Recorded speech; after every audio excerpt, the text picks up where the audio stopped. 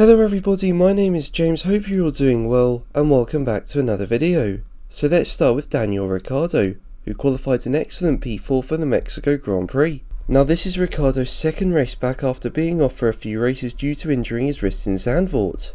And all weekend in Mexico, Ricciardo has been going well around the circuit. But to qualify P4 in an AlphaTauri is an unbelievable effort. You know that AlphaTauri isn't exactly the quickest car on the grid, and doesn't belong anywhere near the top 5 really. Even though he was there in practice, come qualifying you would have expected other teams to find way more pace due to getting rid of fuel and turning up their cars even more.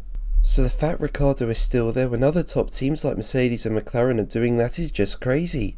Yes, his teammate helped him in Q1 and Q2 with a slipstream to find a 10th or so, but in Q3, Ricciardo put that car in P4 with no help at all, and Ricciardo felt that his pace was no fluke.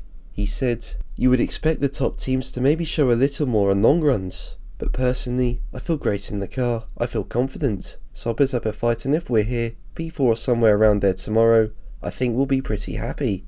Now I do think in the race, teams behind like Mercedes will find more pace, and Ricciardo could struggle to stay in the top 5, but this result will be encouraging for him, especially because he beat Sergio Perez.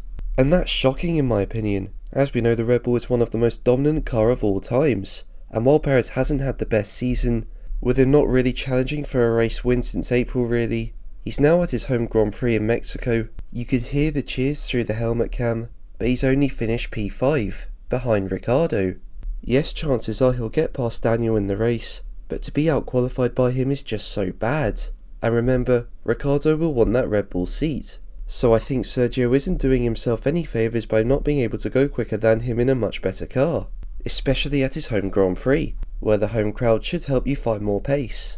And speaking about it, Perez said, "Daniel did a tremendous lap, but I don't think it's just Daniel who wants my seat. Let's say there are a lot of other drivers that want to be in that seat, and it's great. If it's what they deserve, then I'm happy for them."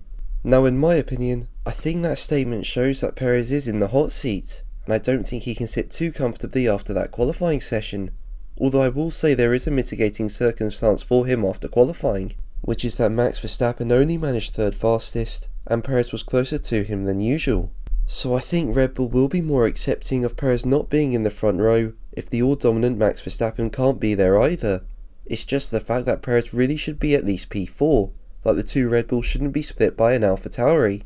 And for me, what this shows is that Ricciardo delivered the first real evidence he can be what Red Bull needs from Verstappen's teammate as well, and he's done that in only his 4th race of the season, in a much more inferior car.